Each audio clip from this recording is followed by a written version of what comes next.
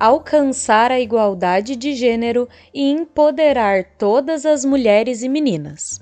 Você acha que essa frase parece papo chato de feminista causando na internet? Pois não é. Essa frase é o 5º Objetivo de Desenvolvimento Sustentável da Organização das Nações Unidas, a ONU. Caso você não saiba, a ONU tem 17 Objetivos de Desenvolvimento Sustentável que abrangem diversas áreas, e o 5º objetivo é a igualdade de gêneros. E faz um tempo que eu queria vir aqui conversar com vocês sobre feminismo, mulheres na liderança. Eu tenho tantos pensamentos sobre isso. Mas antes de falar disso, deixa eu me apresentar. Eu sou Ivana Santana, mas você pode me chamar de Ive pra gente ficar mais íntimas. Eu sou jornalista, redatora publicitária e criadora do projeto A Mulher que Fala Demais, um espaço no qual eu posto conteúdos de comunicação lá no Instagram, TikTok, Medium e YouTube. E aqui neste podcast, eu decidi trazer algumas reflexões sobre as coisas da vida. Faz de conta que a gente é amiga e eu sou aquela que manda áudio longo no WhatsApp, filosofando sobre os temas do cotidiano que eu acho que valem a reflexão. E hoje, no meu áudio longo, eu vim bater um papo com você sobre feminismo. O feminismo! Que tema que... mexe com a emoção das pessoas, né, gente? Você fala a palavra feminista, feminismo, assim, nossa, já parece alguém pra causar, né? Eu lembro de uma vez, antes de eu namorar o meu namorado, que já faz 4 anos aí que a gente tá junto, mas quando eu era uma jovenzinha solteira ali, eu tinha uns 22, 23 anos, eu tava saindo com carinha, nada sério, né? E aí, um dia a gente saiu, foi pra uma festinha, e aí, fim de festa, todo mundo meio bêbado. Teve um amigo dele que sentou perto de mim e falou, nossa, você é muito legal, não sei o que lá. Começamos a trocar uma ideia. E aí, honestamente, eu acho que a gente não tava falando nada sobre isso, mas em algum momento eu lembro que este amigo da pessoa que eu tava ficando lá nessa época, olhou dentro dos meus olhos e me perguntou, mas você não é feminista, né? E assim... Sabe, tipo, pensa comigo no contexto da situação. Fim de festa, o menino bêbado me faz essa pergunta do nada. Eu acho que não era uma pessoa com quem valeria a pena debater naquele momento. Lembro de responder, por que você me perguntou isso? Não entendi a sua pergunta, como assim? E aí ele começou a falar alguma coisa sobre feministas serem muito chatas, e eu saí de perto, desconversei, não estava a fim de gastar o meu português naquele momento com aquela pessoa. Só um breve contexto aqui, caso você não me conheça, eu sou uma pessoa que debate muito. Não posso ver uma oportunidade numa mesa do bar que eu tô falando, mas aí é que tá, e não só na mesa do bar, tá? Em ambientes de trabalho, familiares, enfim, eu tenho... Grande parte da minha família vem da Bahia, do interiorzão da Bahia. Então, às vezes eu engajo aí com tios, tias, primos, nos papos. E eu gosto de gastar o meu português debatendo.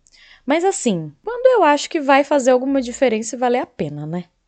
Debater com um adolescentezinho mimado, bêbado, na balada, não ia fazer muita diferença. Então, com aquele cara lá, eu não gastei muito meu português, não. Mas eu tô aqui hoje para gastar o meu português e falar com vocês sobre feminismo, porque tem muitas coisas que eu quero falar e eu já vou começar. Eu falei aqui dos Objetivos de Desenvolvimento Sustentável da ONU. É só você colocar as letras ODS, né, Objetivo de Desenvolvimento Sustentável no Google, que você acha facinho. São 17 objetivos, desde erradicação de pobreza, da fome, energias renováveis, né, meio ambiente, paz, justiça, tem várias coisas. São 17. E aí, o 5º é igualdade de gênero. E aí tem vários subtópicos, né? O objetivo é esse, alcançar a igualdade de gênero e empoderar todas as mulheres e meninas, mas aí nós temos vários subtópicos que falam sobre acabar com a discriminação, eliminar a violência, reconhecer e valorizar o trabalho de assistência doméstica, enfim, diversas coisas que vocês podem pesquisar depois. Eu não vim aqui para aprofundar neste tema. Mas eu achei pertinente começar falando sobre isso, porque muita gente tem essa visão quando a gente fala feminismo, muita gente traz essa visão de alguém queimando sutiã, alguém falando mate um homem, sabe? Gente, não é nada disso, tá? Vamos começando do básico, né? O feminismo busca igualdade de gênero, né? Oportunidades iguais para homens e mulheres. E eu acho muito bizarro, porque assim, eu vivo no interior do estado de São Paulo, eu sou aqui de Votorantim, moro do lado de Sorocaba, que é a capital da região metropolitana aqui. E assim, é uma cidade. É bem Jaculândia aqui, né? A gente ainda tem muita gente preconceituosa, homofóbica, machista, enfim. Mas, no geral, na minha bolha, as pessoas com quem eu convivo. Assim, essa questão do feminismo é uma coisa muito tipo. Sim, a gente enxerga que a gente não pode menosprezar uma pessoa só porque ela é mulher. Mas eu sei que isso é muito uma questão de bolha. Eu sei que Brasil afora e mundo afora, a gente ainda tem que lutar muito pra gente conseguir ocupar certos espaços. E eu acho muito bizarro isso. Eu tô tipo, gente, século XXI, 2024, o ano da inteligência artificial. E eu ainda tenho que me provar mais só porque eu sou mulher? Ai, sabe que preguiça. Já cantou Taylor Swift, né? Se eu fosse um cara, eu seria o cara. Mas não, né? Sou mulher, nasci mulher, então eu tenho que me provar muito mais só por ter nascido com uma vagina. Eu acho isso absurdo. E aliás, não só por ter nascido com vagina, tá? Porque existem estudos que mostram que mulheres trans também perdem muitas oportunidades. E aí você pode me falar, mas aí a gente tem que considerar a transfobia. Sim, mas existe um livro incrível que eu vou referenciar ele várias vezes nesse episódio, chamado A Lacuna de Autoridade, de uma autora britânica chamada Mary Ann Siegart. Esse livro é incrível, tá? Ele traz um capítulo inteiro dedicado a esse tema. Depois vocês podem ler, pegar as fontes lá, mas em resumo, esse capítulo desse livro cita diversos estudos que mostram que mulheres trans, né, pessoas que nasceram com o sexo masculino e transicionaram para mulheres, têm, tipo, muitas perdas, como perdas financeiras, diminuição de salário, enfim, várias coisas ruins. E homens trans veem o contrário, veem sua carreira muitas vezes decolar, aumento de salário, aumento de credibilidade. Claro, eu sei que a questão de transfobia tem que ser considerada nesse cenário, mas, de qualquer forma, existem várias pesquisas nesse livro que mostram que mesmo quando a gente está falando de pessoas trans, homens trans ainda têm mais vantagens e são melhores vistos do que mulheres trans. Enfim. Mas eu falei que, né, que na minha bolha todo mundo entende que não pode menosprezar ninguém por ser mulher, na minha bolha de agora, tá, gente? E ainda assim com inúmeras ressalvas, porque a gente tem que considerar muito a questão cultural enraizada na nossa sociedade. Por exemplo, esses dias eu fui fazer uma visita para minha família, eu tenho uma parte da minha família em São Paulo, na capital, e aí foi a primeira vez que eu tinha visto algumas pessoas da minha família desde que eu tô morando com meu namorado. Faz alguns meses aí que eu tô morando com meu namorado. E aí essa visita pra São Paulo foi a primeira vez que eu vi alguns parentes desde que eu amiguei, né? Não casei. Casar é outra história. Casar só quando eu usar vestido de noiva, mas desde que eu vim morar junto com meu namorado, né?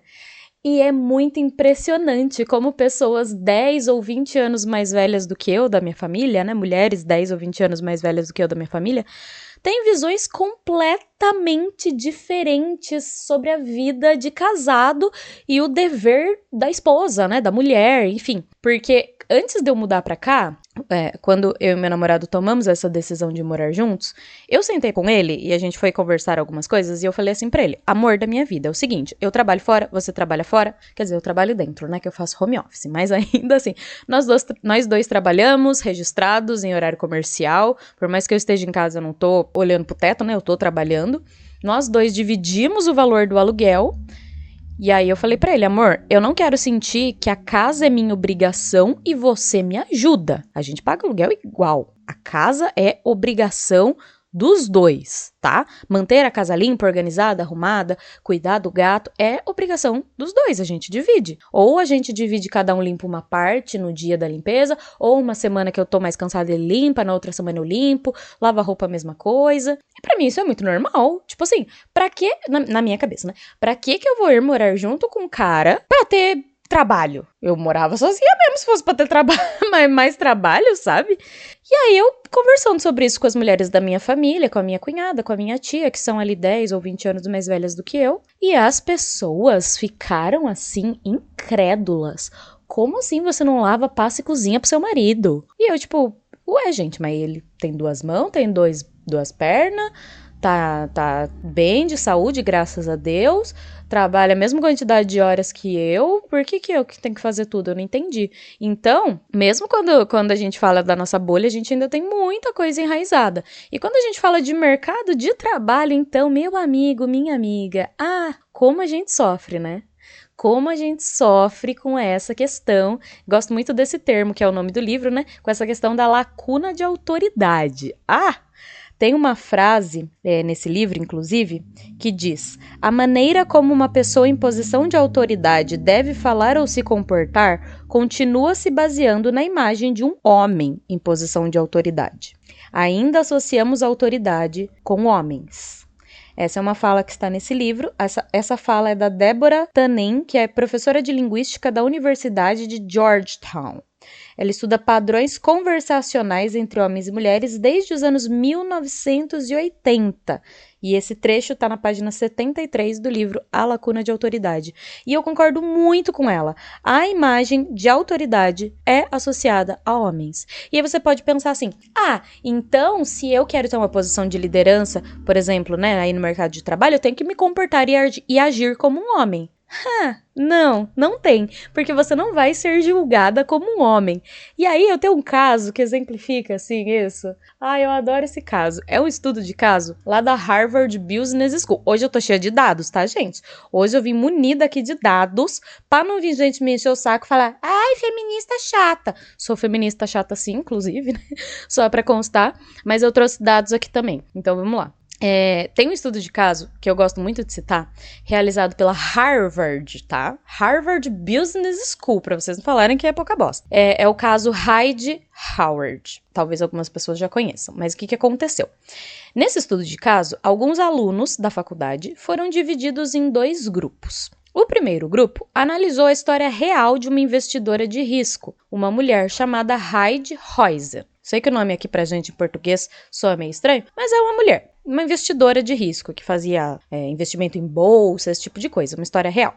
O segundo grupo analisou exatamente a mesma história, com os mesmos fatos, tudo. Mas nesse caso, eles inverteram o personagem da história para o Howard, um homem. Então, 2 grupos analisaram exatamente a mesma história, só que um grupo achou que estava analisando a história de uma mulher e outro grupo achou que estava analisando a história de um homem, com os mesmos fatos, tudo. Aí depois, esses 2 grupos responderam a um questionário sobre como se sentiam em relação à personalidade da pessoa da história. Aí qual foi o resultado? Tanto a Heidi quanto o Howard foram classificados como competentes. Porém, o Howard foi avaliado como uma pessoa agradável. Já a Heidi, a mulher, foi considerada egoísta e o tipo de pessoa com quem os avaliadores não contratariam e com quem não gostariam de trabalhar. Gente, a única diferença entre os 2 era o gênero. Era exatamente a mesma história, exatamente os mesmos fatos. E o cara foi avaliado como uma pessoa agradável e a mulher foi avaliada como uma pessoa egoísta e com quem as pessoas não contratariam e não gostariam de trabalhar. Então, assim, a percepção sobre mulheres, olha, gente, é difícil, tá? É difícil. E quando a gente fala em mulheres em cargos de liderança, a gente sabe que os números são baixíssimos, né? Uma pesquisa recente, tá? De uma consultoria chamada Grant Thornton, revelou que as mulheres ocupam apenas 38% dos cargos de liderança no Brasil, sendo que os mais ocupados são cargos de apoio, tipo líderes de RH, marketing e finanças, em vez de cargos executivos como CEOs. E isso já é uma evolução, porque se a gente olha para 2019, apenas 25% de mulheres estavam na liderança em empresas brasileiras, tá? E aí, a gente começa a juntar as peças do quebra-cabeça. A liderança é associada a homens. Mulheres que se comportam como homens não são julgadas como homens. Então, ferrou, né? A gente tá numa sinuca de bico. Nesse livro da Lacuna de Autoridade, a autora cita algumas possíveis ações que podem ser tomadas, mas basicamente a gente tem que ser firme, a gente tem que ter as características, mulheres, né, que querem estar na liderança, a gente tem que ter características de bons líderes, mas A gente precisa ser muito mais simpática. A gente precisa sorrir muito. A gente precisa perguntar da família das pessoas, se interessar pelas pessoas. Não que isso não seja legal. É legal, gente. Sejam simpáticas, sorriam, perguntem da família das pessoas. Mas assim, a questão é que se um homem não faz isso, ele não é julgado como egoísta, como chato, como chá da mãe. E se a mulher não faz isso, ela é. Então, assim, a gente, além de ter que ser uma boa líder e se provar muito mais do que os homens para chegar em cargos de liderança e para se manter em cargos de liderança, a gente ainda tem que sorrir mais e ser simpática, tá? Tem que ser o dobro de simpática. Tem que ser o triplo de competente e o dobro de simpática para conseguir os mesmos cargos que os homens. E olhe lá, é capaz ainda da gente perder para eles só por ser mulher. E aí, esse tema me leva a uma outra questão também que eu queria abordar aqui, que é a rivalidade feminina e a síndrome da abelha rainha. Hoje em dia, eu acho que se a gente olhar historicamente, a gente está num bom momento para ser mulher. Ainda tem muito para ser feito, mas de uma forma geral, a gente tá num bom momento para ser mulher. Se a gente olhar historicamente 20, 30, 50, 100, 200 anos atrás, hoje, de uma forma geral, pelo menos aqui no estado de São Paulo, onde eu moro, a gente tá ok, a gente tá conquistando espaços, a gente tá ampliando os nossos espaços, e isso é muito legal. Mas, lembrando que a gente vem de uma crescente muito lenta. Então, se a gente olha, por exemplo, para 30, 40, 50 anos atrás, os lugares em que mulheres eram permitidas de estar e o tanto de cargos para essas mulheres nessas posições eram muito pequenos. E isso acaba criando ou embasando uma lógica de rivalidade feminina. E aí eu vou trazer aqui a síndrome da abelha rainha para explicar um pouquinho melhor o que eu tô querendo dizer.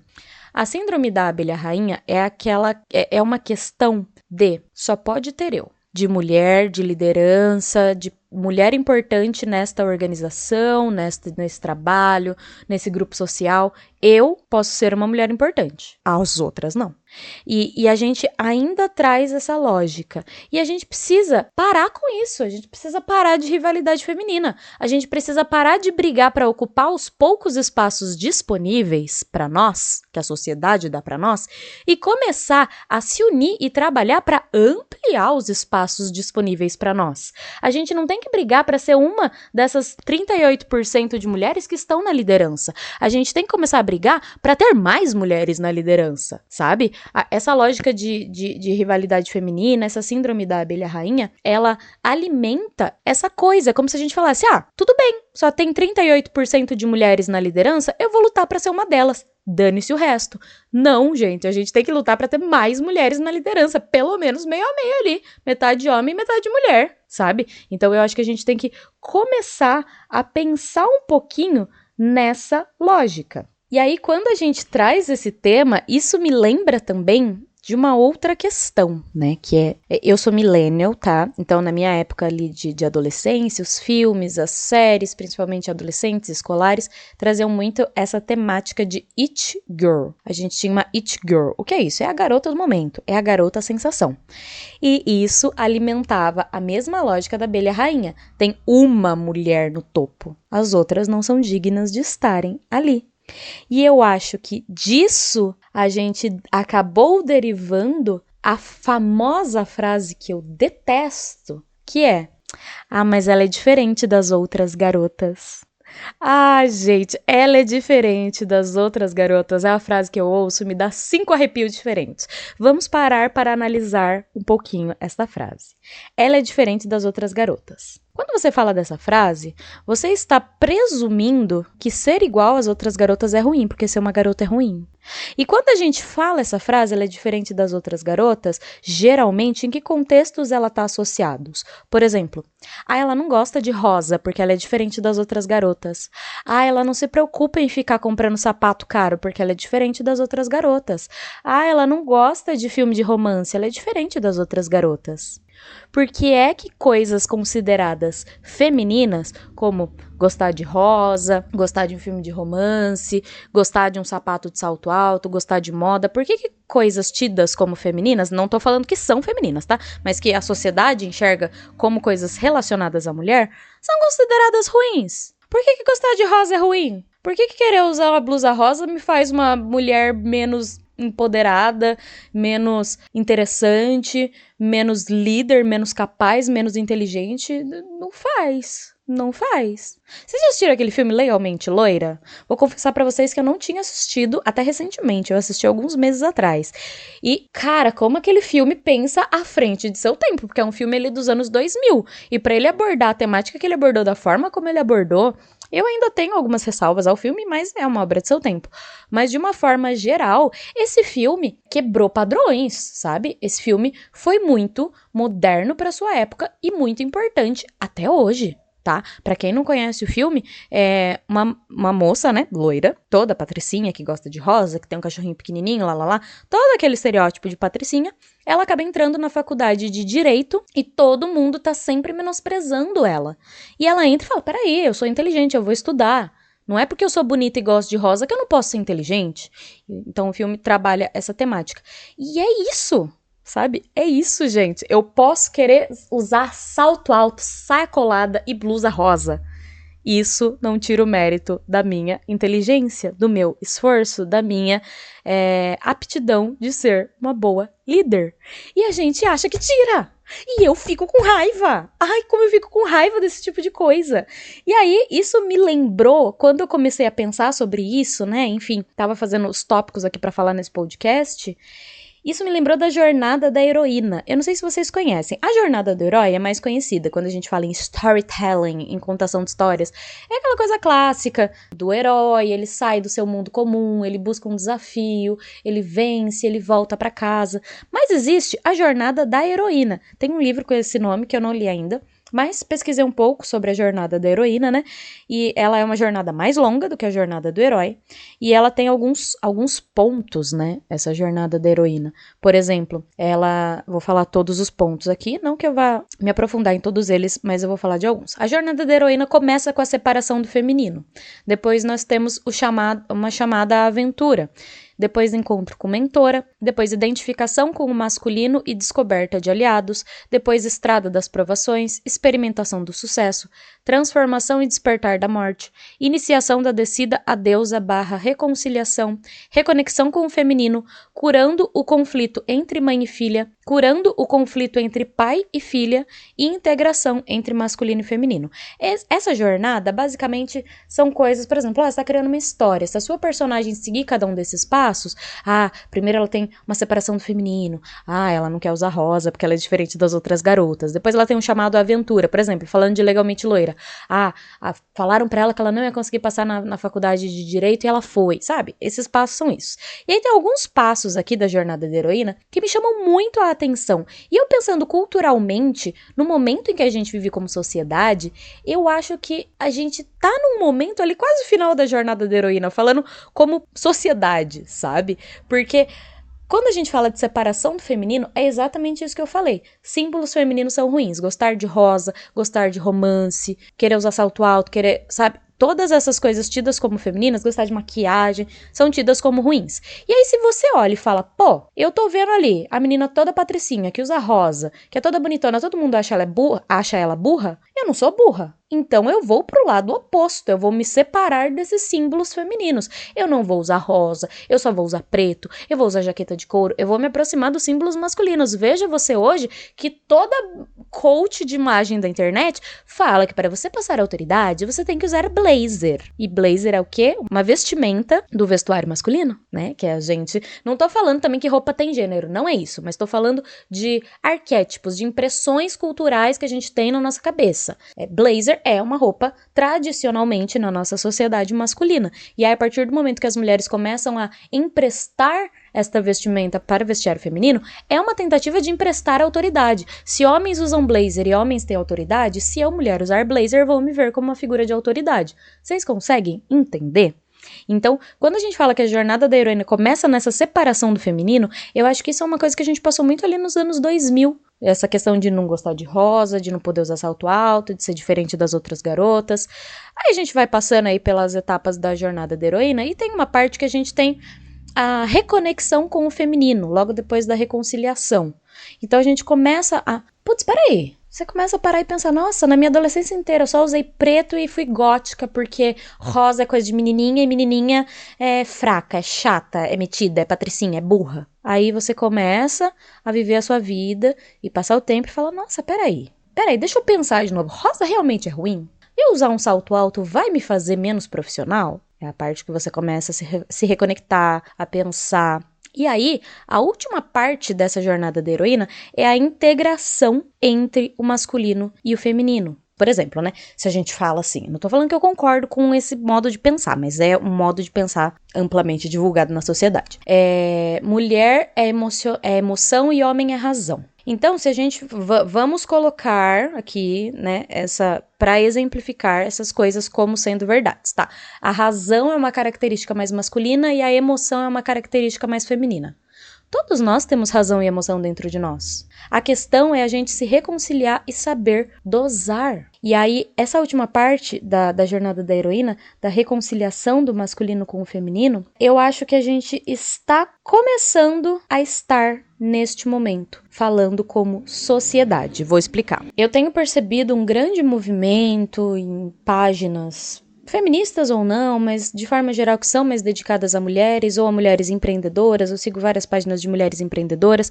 Eu tenho sentido esse movimento. A gente está começando a se apropriar de símbolos femininos tidos como ruins de propósito e abraçá-los e ter orgulho deles. A Gabriela Prioli é um grande exemplo para mim e ela fala muito sobre isso, sobre como ela faz isso de propósito. Por exemplo, ela gosta muito de moda e ela usa roupas às vezes controversas, que as pessoas falam, nossa, mas você é tão inteligente, tão culta, tão estudada, por que você tá usando essa roupa colada? E ela fala assim, é de propósito, é pra provocar, porque as pessoas esperam que uma mulher estudada, advogada, rica, bem-sucedida, use determinadas roupas, age de determinadas formas, e a partir do momento que você inverte essa lógica, você fala, eu sou muito inteligente, e eu amo usar rosa, eu amo usar maquiagem, eu amo salto alto, amo mesmo, assim, amo ficar lendo sobre maquiagem. Você dá um nó na cabeça das pessoas. Pode parecer bobo, gente, mas não é, você dá um nó na cabeça das pessoas.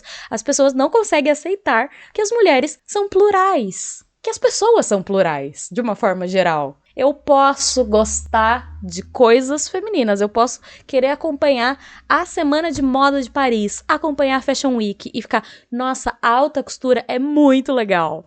E no outro dia tá estudando direito. Uma coisa não exclui a outra.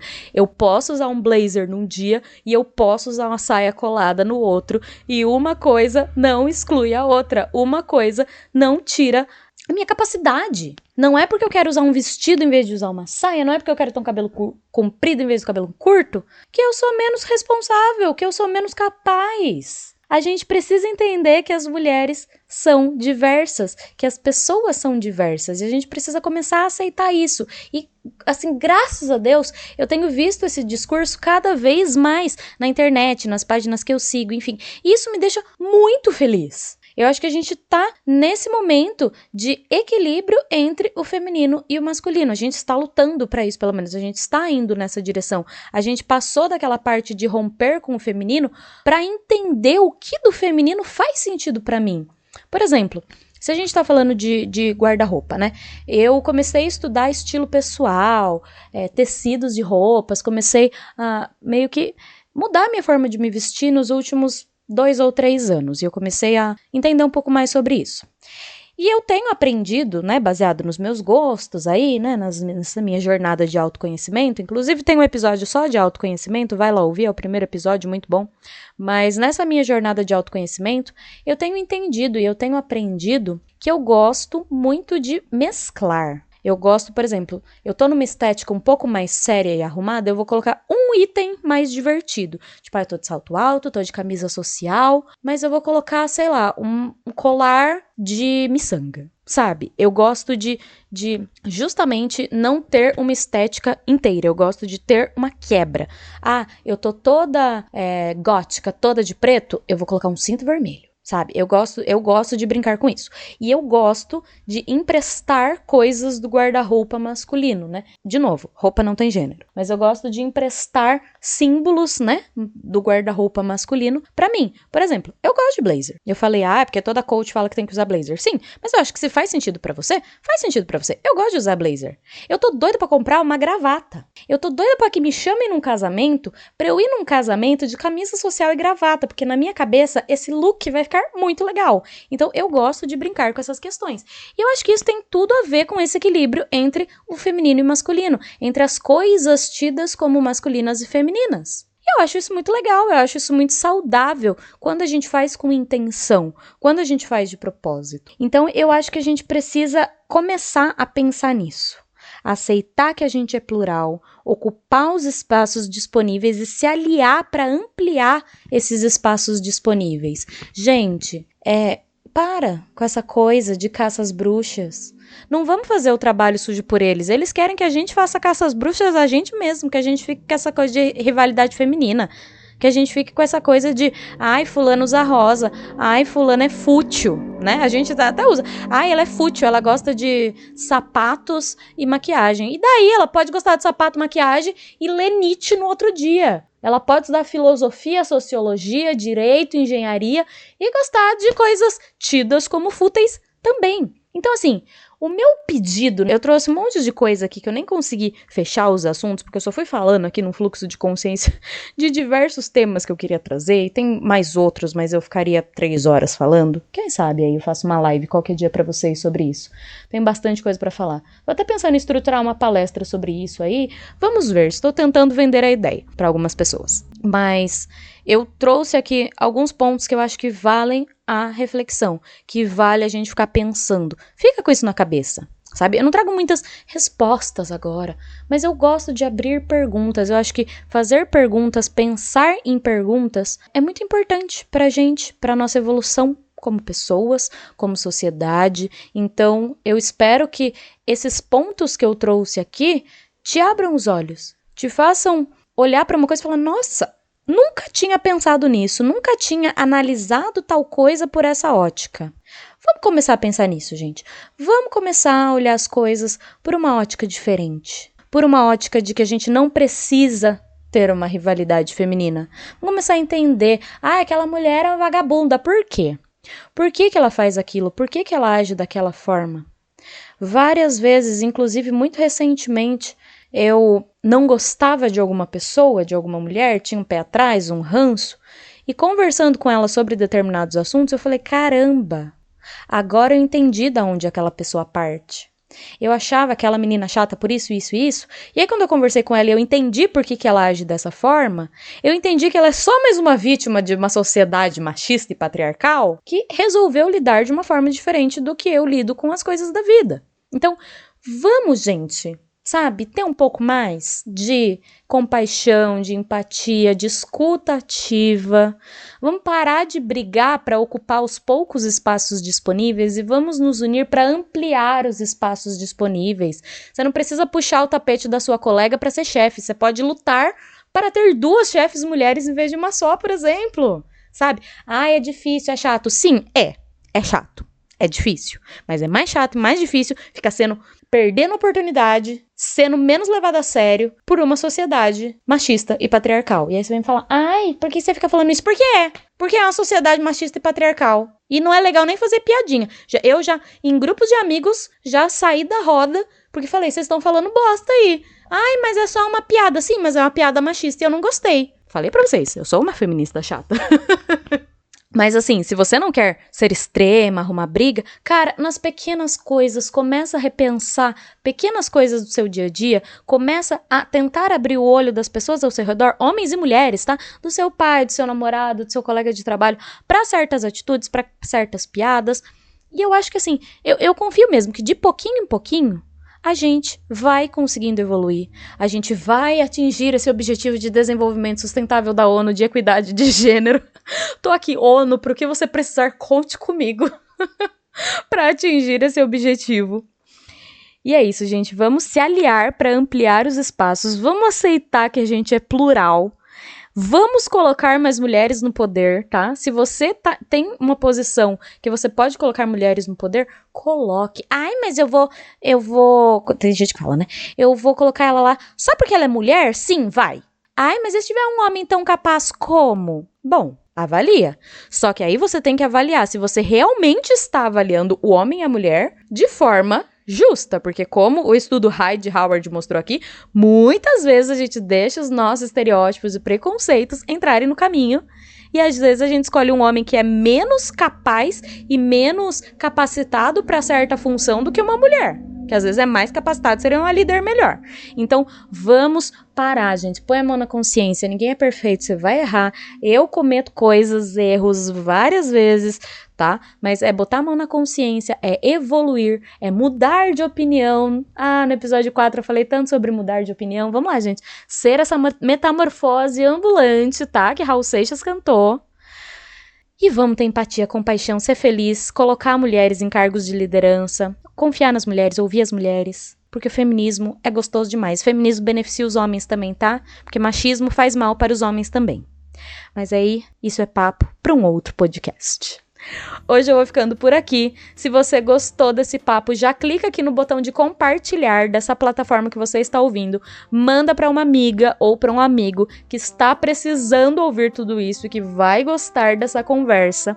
Me siga lá nas redes sociais, @amulherquefala_demais. Nas redes sociais, Instagram, TikTok, YouTube e Medium. Eu posto dicas de comunicação, então se você quer ser uma mulher na liderança, você tem que aprender a se comunicar melhor também. Então já me segue lá e a gente se encontra semana que vem, neste mesmo horário, neste mesmo canal. Até mais, gente! Tchau!